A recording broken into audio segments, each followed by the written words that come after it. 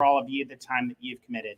So the primary topic, and then we'll divert from those topics and it'll free flow from that, and depending on what questions that they ask of themselves, and then you may ask as audience or somebody could text in, is really about this instant gratification that we're all in. So if you think about the Amazon effect of what has happened, and so you can order something, have it delivered tomorrow, soon with drones, possibly delivered that day, depending on where it's coming from.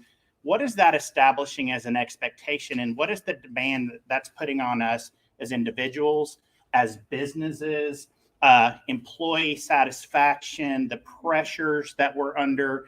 Because Amazon delivering something is different than you delivering and executing for a client. They're two different things, but the expectation is being set. And to add to that is decision making. And so another topic that they're going to explore is also the decision making that comes from when you order from an Amazon or anything online and you have the ability to return it when you're done. It's also that limited or short term decision making that allows you to undo. And I call it the undo button. And in life, there are very few undo buttons. And how is that affecting our world and our decision making and how we go forward? So we've also had the opportunity to have this group together in a virtual call. And we actually had to kind of stop the conversation so that the conversation could keep going here. And so there you will see that they might reference some of the topics that they've already expressed or discussed and go forward from there. So very good. So topic's been thrown to the panelists. And so who would like to jump in and start? So, I mean, this is obviously a very relevant topic for all of us right now. And I think what it amplifies is the conversation about price, quality, and speed. So Amazon is price and speed, not necessarily quality. And one of the ways that we are combating that in our office is having lots of conversations with our clients up front. What are your expectations?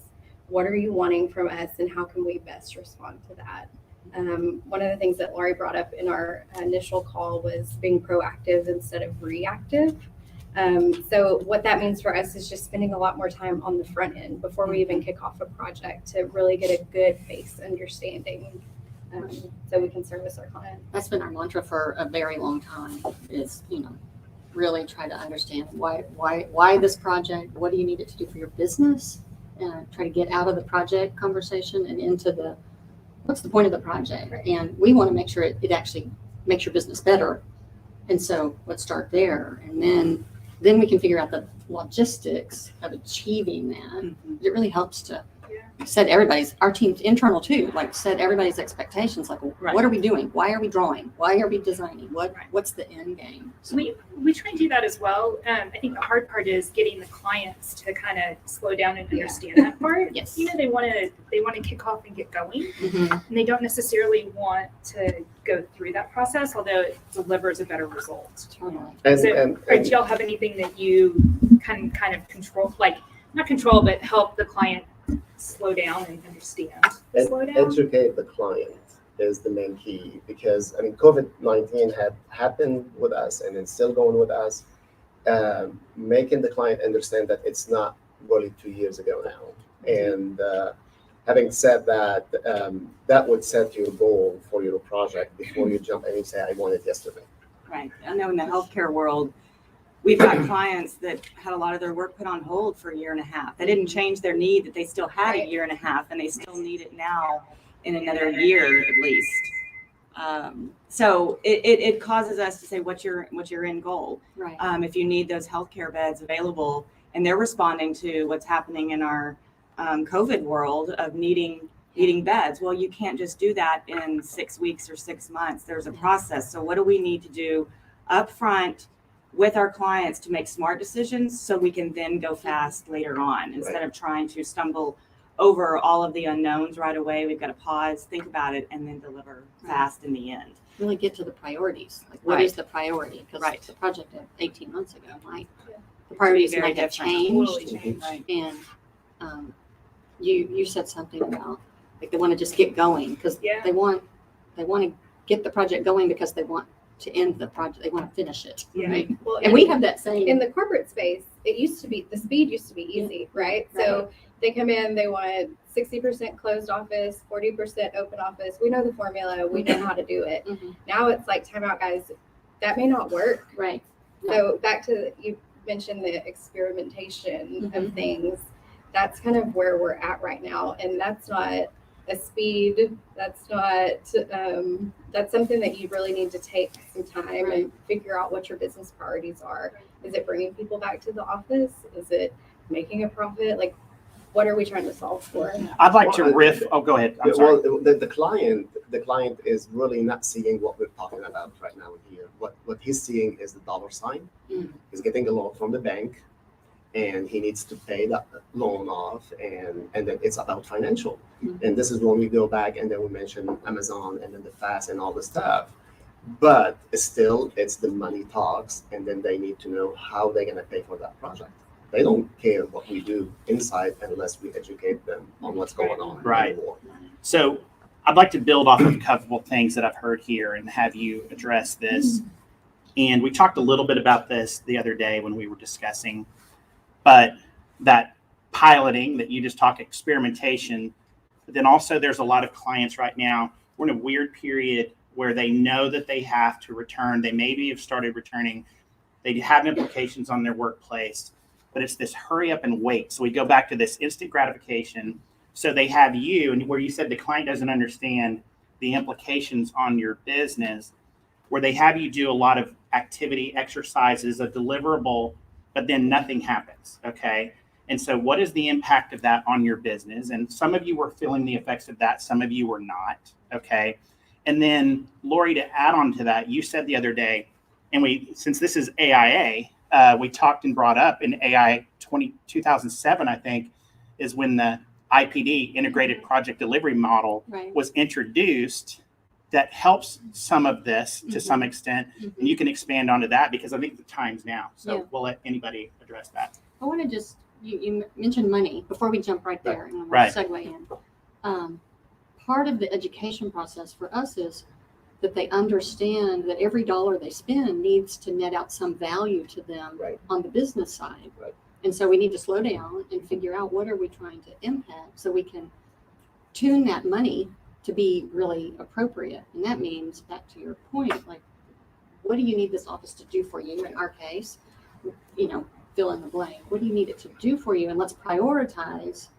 And how are we going to make those decisions so that we can invest appropriately? But once that's done, to Jerry's point, now we need to be off to the races because they want it like tomorrow. Right. And so I see that as a real opportunity for us to break down our traditional process and siloed approach to, we all have to partner with other consultants and teams in order to deliver a project and come together collaboratively and can, make sure our clients understand that we bring the team together on day one and work collaboratively together. It'll be higher quality and it will be faster and it will only cost what it should cost. And I think that the delivery process and things being delayed and kind of all of that stuff has actually really helped implement that because we are bringing everybody together earlier in order to solve this problem. You got to order the light fixtures on the first day on of the conversation. Right. So the supply chain issue is really forcing but I think the it's integrated forcing process. the integration, which It will is. then make things smoother It and is. better. Yeah, it's a great catalyst. Lauri, I'm glad you mentioned that everybody has to come to the table. It's not only us. Right. So No, clients we don't need do to this by ourselves. understand we have our part to do, but we work, in collaboration with all other consultants. Right. So they have their own also set goal sets and their mind on how to do the project, and it's all affecting us. Yeah. We also have to, really manage our manpower and our resources differently because they may need to do submittals at the beginning of a project being awarded as opposed to waiting a little bit longer so it can move up in the time frame. Well, some of that staff may have been planned to work on something else at that time. So you've really got to get creative on how to work differently in a schedule to allow our team members to not be overwhelmed with the amount of work they're trying to cover already. Or the surprise of, here, I need this tomorrow because they need it tomorrow. We talked about this last week. I don't know what day it is. I'm sorry. There's a lot going on, but just that's one of our biggest challenges right now is managing the staffing on projects because they're so dynamic in the base case.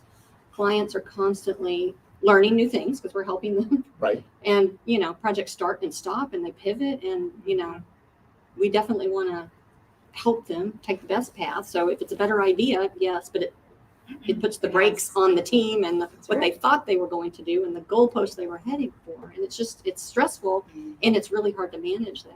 And contractors, are helping us as well, and as well as manufacturers and furniture dealers. And so they come into the table at the beginning and say, how can we help you guys achieve that goal?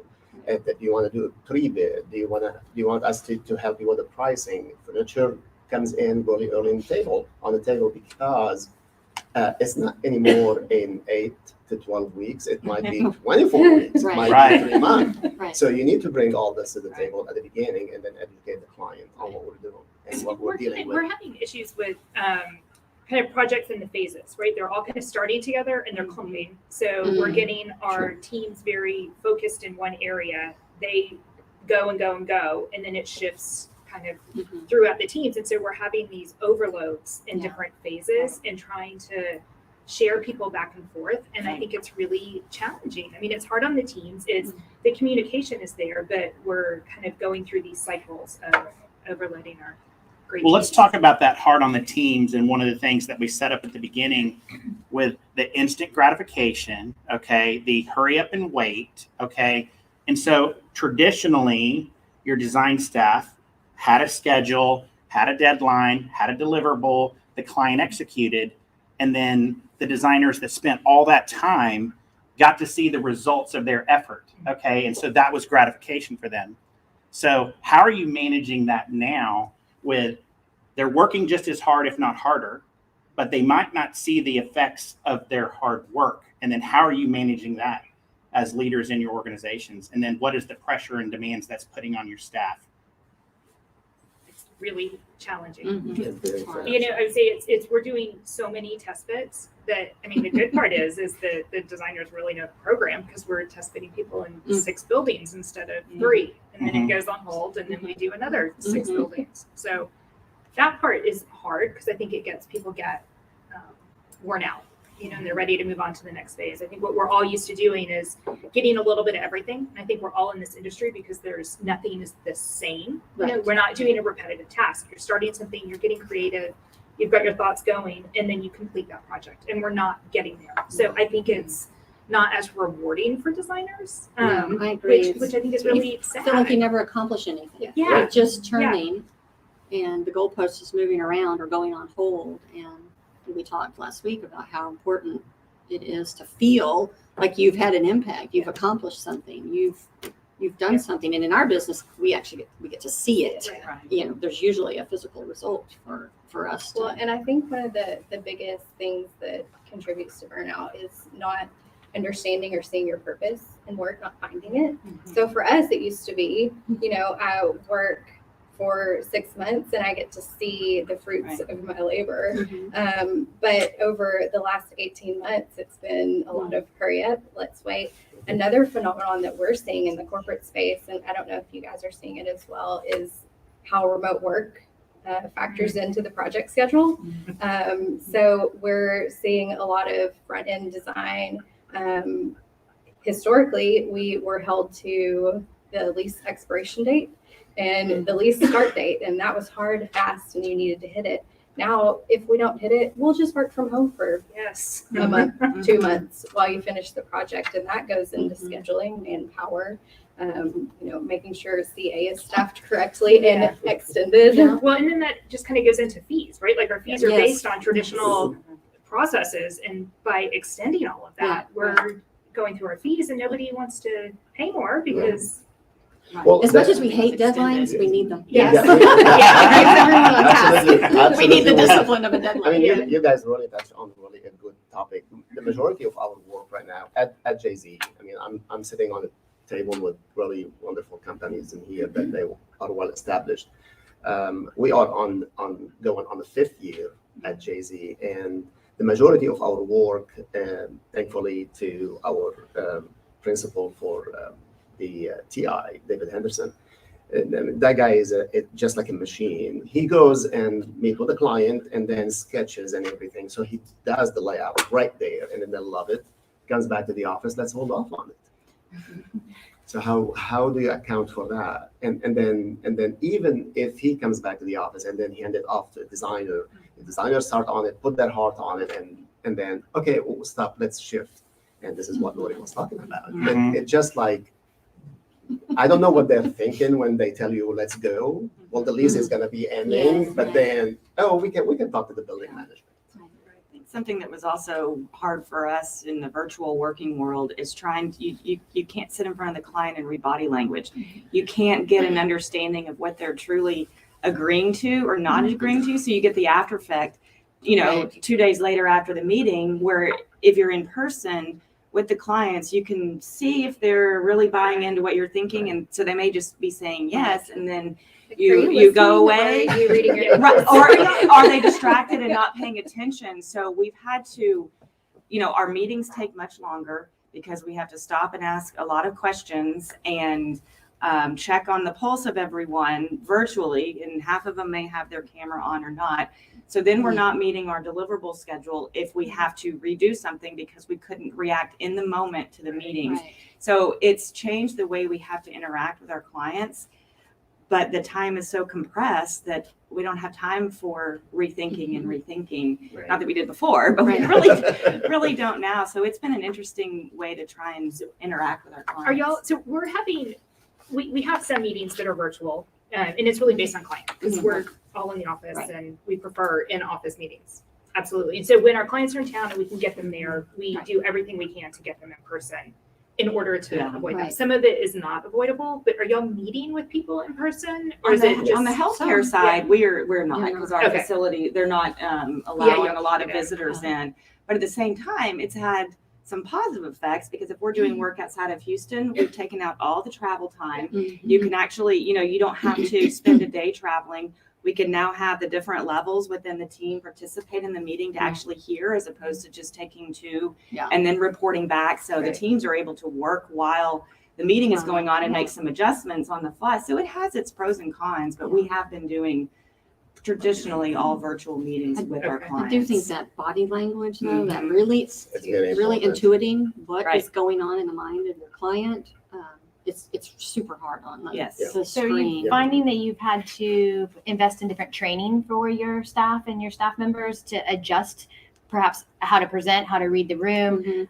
and or use different tools, or the organizational skills? I'm just coming up with some Yes. ideas. Some We things- just did a training, a summer training series for our senior staff, and one of the episodes that me and one of my partners, Peter Fisher, did was about being a client advisor, and it's exactly what we were just talking about, is sort of reading the client and asking more questions, like, why is the client asking, we're talking about being reactive, why are they asking that question? Before you answer it, try to dig into who has really asked this question. Yeah. Has their boss asked this question?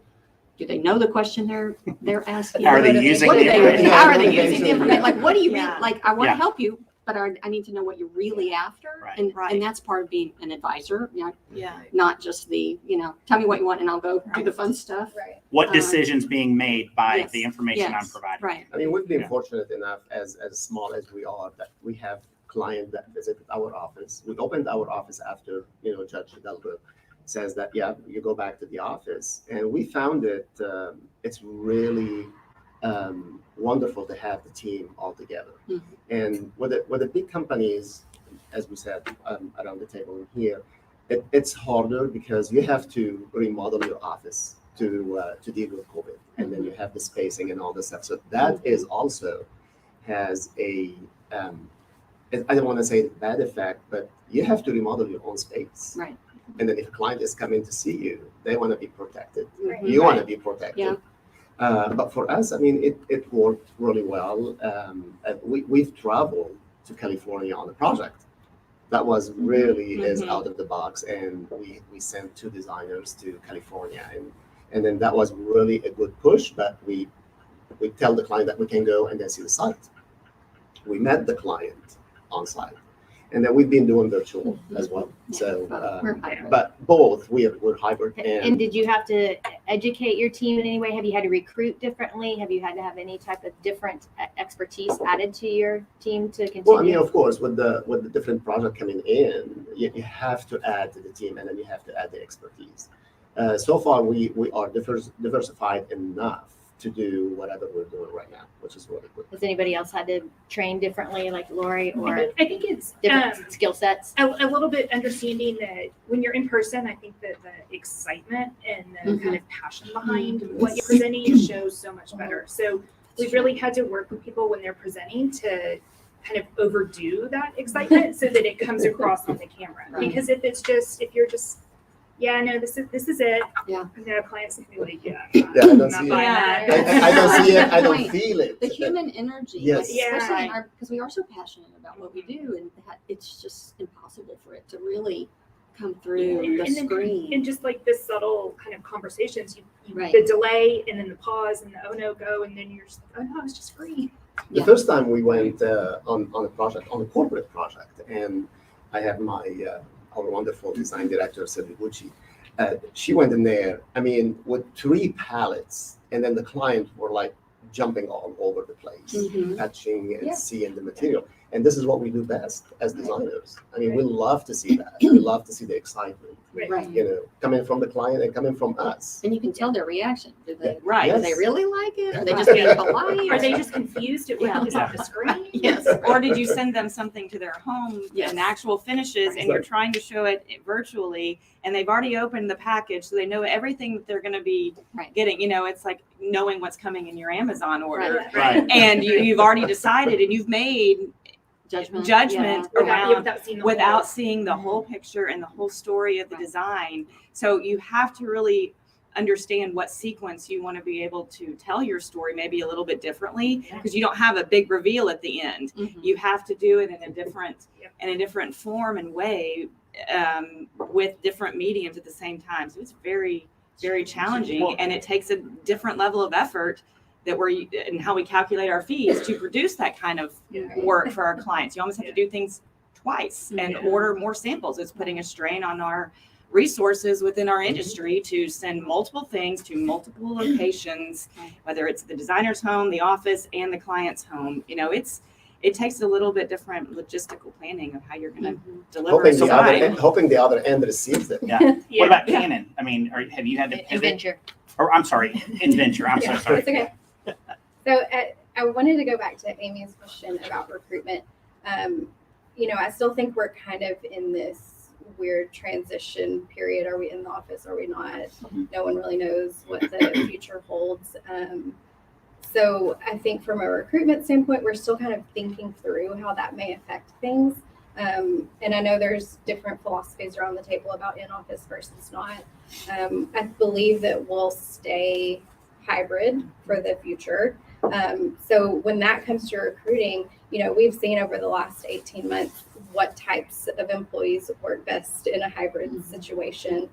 So that is definitely playing into our mind as we talk to new hires and, you know, kind of gauge how engaged they will be in a hybrid situation. So How do you compensate for getting them embroiled into the culture and knowing Inventure or knowing Ziegler Cooper or knowing your company in that hybrid mode?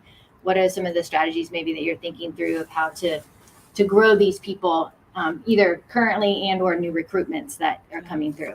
I mean, for us, it's been, as I said, it's been working really well coming to the office. The office is small enough and big enough to have the distance. And we're the new hire, we're telling them we are capable, and then we are on par with every big companies. Even though we are small, but we are on par with everybody technology-wise. So you can go home, you can pull up your laptop, you know, and then you work, and then you're connected to the office with the speed that you needed that as you are in the office. Now, the option is really, because we have small projects, we have to turn them around really fast. The collaboration is really important. Seeing the effect with everybody on the project, that's really awesome, and it's been working really well. So the newcomers, This is a challenge because the first thing they say, oh, I can't work from home. So how do you answer that right away?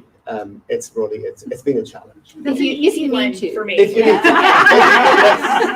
Liz, all right, so Ziegler Cooper, But you're we're better here together. So we went back May 1st of 2020. Right. I think everybody knows. Right, yes.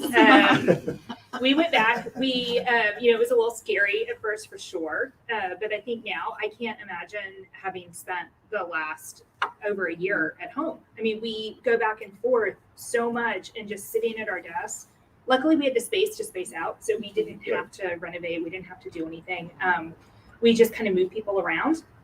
And it was definitely awkward, but now I can't imagine anything else. And it's just the collaboration between the teams and overhearing someone on a phone. And can we work from home? Absolutely, it can work. We proved it could work for 6 weeks. Right. Was it the most efficient? Did we keep everybody engaged? Probably not. So for us and the culture that we have, and every business is different. It's just the right solution for us. So from a recruitment standpoint, you are saying that we expect in-office hours and Absolutely. that flexibility is The offered, flexibility but is covered, right? As needed. So Right. there are always unique situations, and there are always reasons that people can't come in. There's health issues, there's personal issues, all of that stuff definitely gets accommodated. But for the most part, The default is the the default office. is in the office. Mhm. But on that note, you're in the office, you've been working for 2 months nonstop, and nonstop meaning that you're coming to the office every day. A case happened in the office, a COVID happened in the office. You have to send everybody home Mhm. for a week at least. The building where we are at, they prefer that you evacuate the space. They come in, they clean, they clean. That was a building management. Yes, Wow. yeah, the building management, Wow. they need to be notified. And then we did have 2 cases where we have some scares, but we decided, okay, well, let's go for a week home. We can do that. Right. And then we've proven that we did it in the past. Right. So these kind of things that you have to account for. But it's a temporary thing. Oh, it's a temporary Right. thing, yes. I was gonna say from the cultural standpoint, it's this, especially the recent graduates, it's really hard to make sure they're engaged. It takes a dedicated effort on our part, and with everything else that we're also doing to make sure they are feeling engaged and valued. If we hire someone that comes in with 10, 15 years of experience, they can kind of go on autopilot a little bit more and engage with the culture that they want. With the new hires, or the recent graduates, you really want to make sure they understand the profession, the culture of our community, what they're doing, how they can learn. So it's really important to try and make sure you're covering all those bases with everyone, because we want them to feel valued and contributing at a high level in a hybrid environment. And it's really hard. And it's something, we're monitoring. How are people going to get their IDP hours? And how are people going to get true acknowledgement of being mentored during this time? And for everyone that's trying to get some credits of being mentored in person. Virtual is different because it's hard to validate some of that. Right. So Liz, would you say that you just said is that why the power of being there is so important to Ziegler? Absolutely. It is. And it's really important just because it's just so based on kind of just that connection back and forth and being able to talk back and forth, mentor, have the team there. Because we're super diverse. So the firm is very diverse and everybody has different needs. And yes, there are phases in the project where it makes perfect sense to work remotely and you were much more efficient. But at kind of those beginning kind of blooming stages, you all need to be there and share ideas. Isn't that the same thing we just talked about with clients? It's the Yes. same Yes. interaction. Yes. Right? It's Right. exactly what you're talking about. So how are those of you that are more in a hybrid model dealing with the situation of, and I want to qualify something you said, because I don't know if I agree with it 100%, is you said the person that comes in 10 to 15 years goes on autopilot and it can immerse themselves into the culture. I think they can do the work. Right. But how do they get themselves immersed into the culture That's correct. So they understand the design process enough to Right. be able to Right. self-initiate some of the work. That's a good Right. point. On the culture side, you still have to make those connections Right. with who you are and your purpose and your value as a company to contribute to it. So it is different Right. from a design process and self-initiation Yeah. versus the culture. So how are Thank you for yes, clarifying that. absolutely. I think it's easier, usually if you have 10 or 15 years of experience, you have a little more confidence and you Right. feel comfortable reaching out to somebody you don't know well on your team or in the company and just starting a conversation. These brand new hires who need to be asking 100 questions a day. How do you Right. deal with If How that? do they do If they that? don't Yes. have a direct connect or a buddy, a new Right. hire buddy, we call it, Yeah. that you have access to, it will help you get the answer you need. How, I mean, because I think teams can only do so much, or the instant Yes. message and the back and forth. So it's the turning in the conversation, and it just feels like it's more complex and complicated. Mhm. So how do y'all? I'm very curious how y'all actually, kind of in the hybrid environment, Yeah, so stay I connected. mean, our projects are very cyclical, right? So they're the focus time to collaboration time goes like this. Mhm. So we leave it up to the teams to manage themselves and figure out when they need to come into the office. So it's not a mandate from on high that you must be here. It's giving them a little credit that they can make their own decisions. And that's best for the client. And that doesn't mean that there's not a lot of mentoring, a lot of suggestions, a lot of, hey, maybe you should come in today. But then it's also, as we kind of hopefully emerge from the Delta situation, it's finding purpose in the workplace. So making it a place where people want to come. Right. We're doing things here that you're not getting at home. Yeah. And so just by virtue of that, the employees want to come to the office. They want to hang out with their coworkers and build that culture. But for us, it's more of, an experimentation. So we're in the workplace zone, and we're expected to be an expert on all of the topics. Right. And if we're not doing that for ourselves, Right. I don't know how we can design a hybrid workplace for our Right. clients or suggest that that's something We're our that own they It's, should database. do. it's really a good point. I mean, and as our company, when we went off site for a month, we did not account for, okay, we do have a junior, we do have intermediate, and then we have a senior. So you do work on the project. And then so the junior wants some information. So we send a PDF to each other. Somebody has to read market. We did not account for that time. Right. Mhm. Oh, And then right. the transfer time. Yeah. And Yeah, I then, was gonna- right. And then nowadays it's like we seem to have, we get a message, I need to answer it right now. And Yes. or we get an email, I need to answer it right away. And we want the Amazon effect, Mhm. which I don't know. I don't want to get into the politics of that, but the Amazon effect really, it did affect everybody's mentality. Yes. Yes. I want this today. Yeah. I ordered this and I really want it tomorrow. If it doesn't come tomorrow, that changed the psychology of my mind. Right. There's that, and then there's also the HGTV component. Oh, Everybody's a designer. But yeah. Well, everybody's a designer, and Every it designer happens in a is week. a And yet, you can be done in 30 minutes. Yeah. Yeah. And you push a button, and you can have your before and after. I mean, we've had clients that are like, we want the thing like on the TV Like where it's like swipes swipes over. over, and And we it's have the always before perfect. and after. It's Yes. like, Right. we're not- It's we're not TV, not. It's not TV. We're not really It's scripted. Your question about like the team, what you were describing, because we're also in the hybrid mode, and I do think we will be for the foreseeable future. That's the same reason we walk in the talk of what we're It's a really helping good with our point. clients.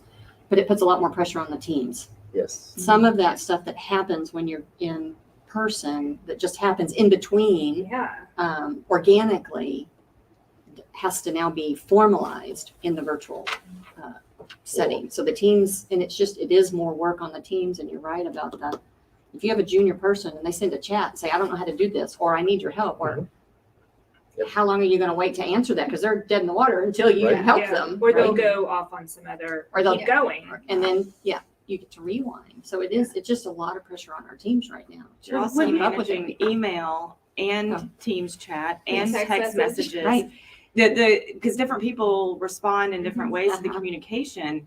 and they want the instant answer so they can keep going. Well, you may be in another meeting. I think while we were on our Yes. Teams call together, I made the comment, I've gotten 50 messages since Right. we've been sitting here. And so the way you manage your own personal time to do individual work versus teamwork versus in meetings can be very overwhelming, to where at the end of the day, some teamers like, I'm out. Yes. I need to, Nothing I can't do the multitasking Yeah. the way it's multitasking of switching between projects. So you It's have overload. It Yeah. is overload, and it makes it very stressful, and you still have the same deadline, and Right. it's really hard on all of our people, myself included. Mhm. It's Something hard that to. we saw early on when we were not working at the office, and we're fortunate to have a great group of younger designers who do see the value in coming into the office, and they're there more than I am, quite frankly. They would get on an 8-hour Zoom call. And so they're just working just Mhm. like you Yeah. would at the studio.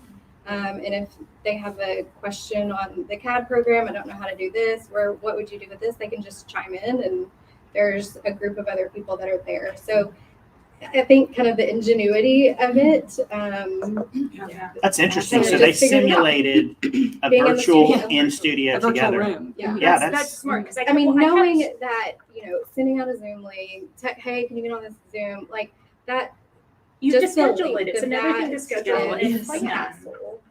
Because Right. I wanted to be able to walk up to people's desks when they Uh-huh. weren't in the office and people were, and basically, you turn and you look and you go to somebody, and I wanted to walk up to their desk and they be basically in their computer, Yeah.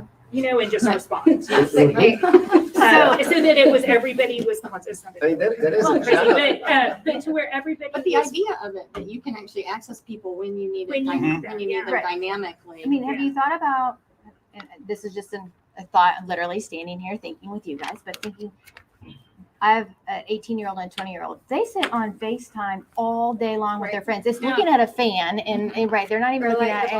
bottom of Right, I'm their like, chins, that's but a they're terrible doing it angle. to Should have we, like, fix the access. So lighting? Yes, yeah. have you been querying, asking your younger staff or the incoming or at education level, the kids that are still at school, about different ways that the work environment could work for them, that they're already, they don't even, sometimes they may not even know how they're doing it, but like take it from the bottom up rather than, I've heard someone say a long time ago, some of us are natives and some of us are immigrants into this technology world. I'm definitely an immigrant. I'm not a native. So some of the younger generation that is using technology in different ways, not for work per se. Mhm. Have you thought about how you can use that or where to go with that? my first thought is our Wi-Fi. Oh, It's not From a gonna business work. perspective and cost and No, I mean, just like the reality of everybody being constantly, in the office, out of the office, and everything Right. streaming constantly. on. Right. Well, the thing with that, I mean, some companies, fortunate enough, that they do have an on-site IT guy, or 2 or 3. We are fortunate enough that we have a consultant, and we did not experience any really downtime. But the problem is that person sometimes needs to go to the office, which is fine. He has a key, he can go, he can do whatever.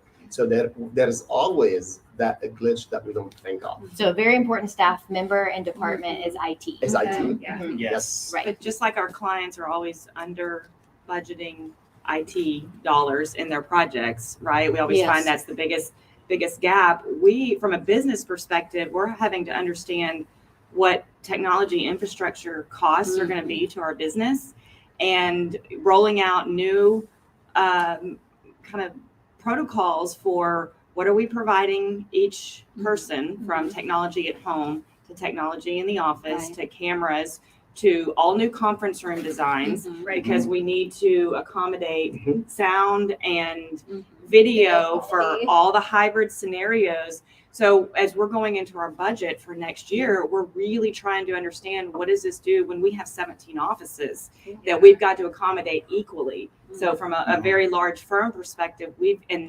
and managing an office and the technology in Houston is different than New York, where they take mass transit. Right. So we've got to have policies that incorporate infrastructure for all of these different scenarios. Right. And there's a cost to it. Yeah. Of course. There is a huge cost. We had we didn't have cameras. So some people got cameras, some people didn't. We've got cameras in some rooms. We've got to revamp all of that. Acoustics have become crazy. And then the other thing is people are on their desks on their Zooms, and then people are walking up, you know, and with earbuds, you don't know. So we have a really great team member that found this solution of red flags. So we have red flags that we I'm on a call. put up at our desk when we're on a call. So it looks a little like the, you know, red flag, green flag, more food, less food. Contract. But it's about when you're on a call, and so that people aren't walking into the very background obvious. talking to you because it Right. just kept. So little things that But it's such a good point, the whole redesign of all these collaboration spaces to accommodate the hybrid, you know, in-person and hybrid, because I think forever, we do know, even if we have we primarily work in the office scenario, there will always be someone who isn't in the office, whether Right. it's your client or Right. a team member. And we have team members that don't even live anywhere Yeah. near an office. They'll not ever be in our office. So, and that experience needs to be equitable. It Right. needs to feel great for the person on the screen, like it does. Because there will never be just a phone No. conference call. No, or If you're not speakerphone on and- the screen anymore, it's kind of like, well, where are you? Yes. You know, I need just to see a you. quick phone call is not the same. No. You do a quick video face call. chat, so you've got to always be Yes. able to. You're right. And then that goes back to educating the client. So we're talking right now in this topic, we're talking about our own offices Mhm. and then So- how we're going to communicate with each other. Same. So the same for them. Yeah. We need to educate them. Okay, so how are you planning on, let's say that you've got a company that has 300 employees. And so how are you going to accommodate all these 300 employees? We need to design for that. So you cannot have that project yesterday. Yeah. We need to think it more.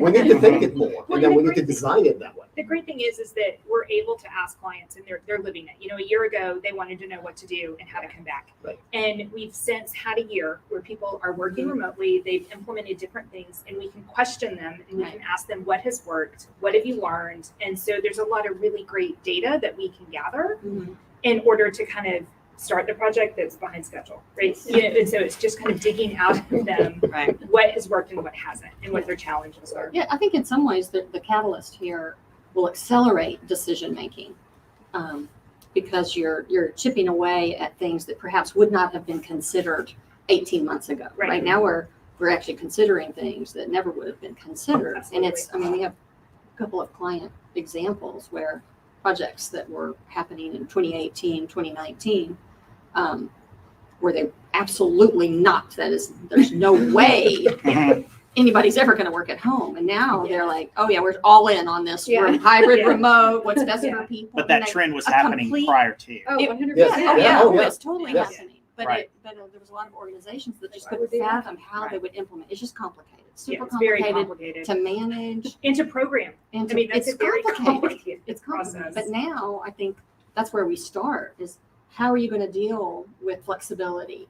How, you know, what do you need this office to do? What do we need to create here? I had one client say, like, we're working against the resistance to come in because we have figured out we don't have to. Right. How do we make people want to? Want So Right. we have clients that are doing things to get people in, you know, pizza on a certain Mhm. day, this on a certain Mhm. day to Yeah. kind of create an environment, and Yeah. they're trying to create the FOMO in the Yes, office exactly. versus, Yeah. you know, on vacation. That's what you want to do. So And- let's and this is an ongoing, thing that we're still learning as well. right. We don't know when it's going to end.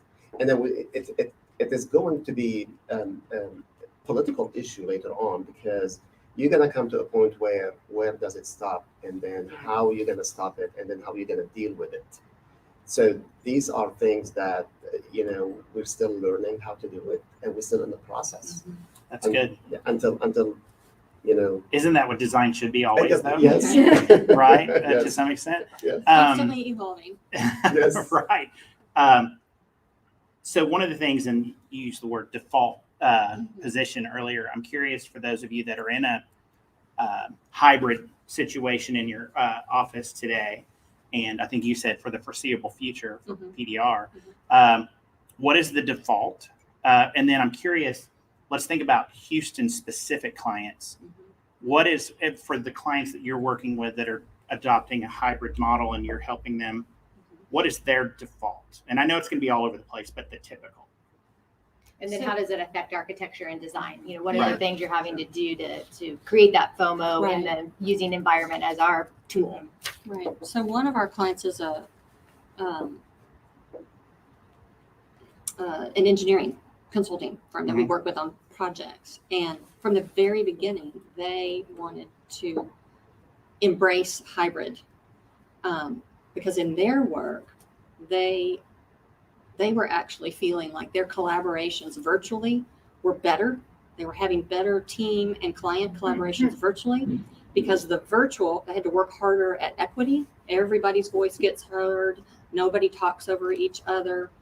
The loud talkers don't take over the meeting because you're really going around the horn and making sure you're getting it. And they're engineers, so consider the personality of engineers and maybe some not as adept at others of guiding a conversation or helping a client go in the right direction. And so that was an aha moment for them that they don't want to lose. So they want the best of the in-person and they want the best of the virtual collaboration because they discovered something. So their default is, to answer your question, their default is they are expecting less than 50% average daily occupancy in their offices. They've got 25 offices around the world. So the strategy we helped them develop was to leverage into both preference, what people want to do, which is have some flexibility, but also leverage into, we believe in these virtual collaborations as a strategic tool in our toolkit to help accelerate our work together and our work with our clients. Okay. So, Interesting. but it's really specific to Challenges. the business model and their intentions. Right. Challenges out of that, going back to how it used to be a lot easier for us. Oh. Here's a ratio, here's how many people, no. here's your square foot per person. It's a very Now complex program. Going Yes. back to putting more time on the front end, Yeah. asking those questions, working with the Yeah. HR Oh. department, Yes. understanding, because hybrid means different things to different people. Yes. right? It's not a Right. math. I like to say it's not a math problem. It's One not of really our how many clients days are you coming. Is Right. working remotely 2 days a week, in the office 3 days a week, but they're going to be the same 3 days. So we still have to accommodate the full Yeah, capacity, 100%. Yeah. even though we're not using the office for 2 Yep. days, which is It's just empty on 2 days. right. And then Yeah. some people, it's like, well, we need to accommodate 75%. Mhm. But what happens on the one day that we Yeah, want everyone everybody there. Well, and then we have clients who wanted to do that, but they didn't want to share desks, but they wanted to reduce their square That's the other- footage. yeah. And it's like, okay, well, that's not going to work. That's not gonna work. Well, It's and just then the back to the FOMO, the term that we coined about the office. There's also this issue of energy. So we in the very beginning we had human energy. We had clients that didn't want to share. They wanted everybody to have an office, but maybe you come 2 or 3 days a week, and we said the experience of coming to the office when half or more of the places are empty is like going on a Saturday morning and nobody wants to go to the office Right. when I no do. other human is Right. there. Except for I've been Kristin. quiet. And so you can have those. It's a huge investment. Mhm. And okay, you've got the money, fine, but you have to consider the experience that you are creating. And part of the FOMO is Right. there's energy, there's humans, that's what inspires and motivates us. And too much space is as bad as not It's enough not space. right. It's just a little sad. Yes, it Yeah, is it sad. is. It's interesting to hear the corporate perspective because on the healthcare side, I think a lot of our clients were looking at how they're managing all their real estate and would never have the courage to understand a remote work policy until this happened. Well, what it did was allowed everyone to start saying, okay, well, which departments are critical in a healthcare setting and which ones can be remote? And boy, when you look at it that way, the real estate that you pay for office environments compared to what you could be investing in for patient care environments Yes. is really putting a priority in Yes. the right spot Yeah. finally. Yeah. So I personally feel the pandemic helped a little bit of trying to push for where do you spend the right dollars in a healthcare organization for Yeah. offices Mhm. versus patient care. Again, why Yeah. are you asking people to be in the office? And Right. you made the point about certain people. I think it's also certain roles. Depending on what your role is, it may be more Right. conducive to all virtual or remote or some hybrid, but it may not be conducive at all. Right. And it's Correct. more role based than it is Percentage. or your personality, your ability to motivate yourself at home at Right. the kitchen table. Right. Well, I think we have a few minutes left, Yep. but I'm curious as to, we said that's not a math problem or occupancy rates or whatever the case might be. It's always been challenging for the design profession. I mean, there are easy efficiency metrics, okay? But effectiveness metrics are equally as important, if not more important. And so now in a hybrid environment, I think the effectiveness metrics are even more challenging. So are any of you exploring how to do that for clients now? Have you changed and add anything on that? I think it's really a good point. So I have an opinion about efficiency and how we typically think about squeezing it out of the circulation spaces. And we've always felt like circulation is the one measure of quality. Think about how high ceilings make you feel. It's not the quality of the finish that seems high quality. It's the amount of space. The volume. And now I think we get to make the argument that efficiency is also better and healthier for people. So we will feel better. We will literally be healthier because there's more airflow. So efficiency matters. So where are you going to get it? And I think it's in having just the right amount and the right kind of space that you're actually going to use. So to get to effectiveness, look at all the desks forever. We've had a desk for everybody, and we've known forever that everybody doesn't come to their desk every day. An average would be 75%. Yeah. And then if you are there all day, but we have all that real estate sitting there doing nothing. So in terms of effectiveness, we're doing utilization and behavior studies around what are people actually doing? What are they using? Where are they? And how are they using it? And that you can use that to help clients make decisions about what they really need. Because they're they have no idea how to decide what to do. And they want to do the right thing, but all they have is their past perspective. And then experts like us to show up and say, let's break it down. Let's break down all these decisions into intention. What is your intention? Come or don't come. Be more together than alone. And I think it's also about creating spaces that aren't just used for one purpose. Like the break room should not be only for an hour a day. That you create these spaces that people can live in and can move in and can do their different types of work. And I think that makes a space also more effective and efficient. Dynamic. Because it's different, right? Like, I mean, in your house, when people are working from home, you move around and you kind of have one area, but eventually you end up moving around. And I think creating that in the office is what is going to get people back. And then they can connect and sit at a table and work and catch up while they're working and go back and forth. You wanted to say something? Lauri, you brought in really a good thing about efficiency and then about real estate. Well, bigger offices, they do have a sea of workstations that they are empty. So, but then the space which hosts all these workstations, that also affects our environment. I mean, we're paying for that big real estate, and then we're paying for the real estate that inside that our designer sits on. So also that the client needs to understand that. And then when Lauri was saying, it's like, yes, let's educate the client, and then what do you need? What are you going to do? What are you going to do? What do you need it to do? But their bigger cost isn't their people. I mean, isn't their space. No, It's their it's people. their It's absolutely their people. And if Yes. you're not leveraging that human capital in an effective way. Well, that's the real risk too, of getting It this is. wrong. Yeah. Is having a negative impact on the business, on Right. people, which are the business, right? Right. So your point of getting it wrong, I know all of you practice in a way that it's not a done deal. You don't sign it on the line and say you're done and we've got it right. It's educating a client that 80%, Be flexible. 85%, and then always leave a 10 to 15% that you're constantly evolving, changing due to various things, due to change in people, change in environment, change in politics, change in the weather. Policy. Right. In Houston, right. Yes. Exactly. Flexibility is the mantra Yes, with for all of our clients right now, especially with everything that's going on. Today we're going to do one thing. Tomorrow we need to shift and pivot and do something else. So And the space needs to respond to that. And pretty soon we're going to be really tired of the word flexible, Yeah. like we are Right. pivot. So I think we could jump into a whole other power hour about this topic. Kind of take it to the next level is how are you training, learning, and exposing yourselves and your staff and your client to flexible spaces and flexible products that could range from furniture, of course, but also the lighting and the wall system and the flooring and anything that is in the environment that is creating that. And we know that your team's valuable time, and that they're zoomed in or zoomed out, right?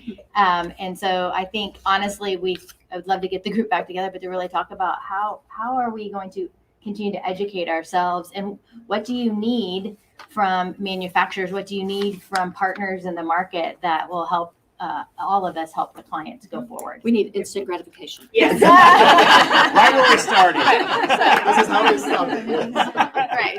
Right where we started. Right. We're back to Right. Let's start all So over. we are going to wrap it up. And with that said, I would like to open it up to the floor in the room, the live audience. Does anyone have a question that you'd like to put forth?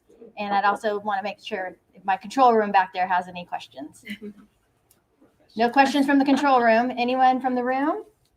How about a quick round of applause, at least, for our speaker? And I wanted to, again, make mention this is for the Houston AIA Design Week, and we're very excited to be a part of that. If you'd like to know more about what is going on with AIA, please go to the Houston AIA website. That's for all of you, plus those that are out there in TV land or YouTube land. I want to also give a thank you, and also another introduction of our speakers, so that I understand that we may have not gotten that live. So thank you, Lauri Lampson with PDR, Catherine Bellshaw with Inventure, Jalal, Zeitoune. right, it says it's so much better, right, Liz Friedman with Ziegler Cooper, and Kristin Ledet with Canon. So it's been great. You guys have it's been a really lively discussion. Thank you, co-host. You Absolutely. did a great job.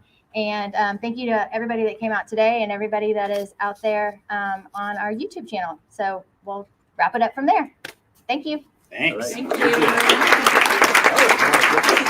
Really good.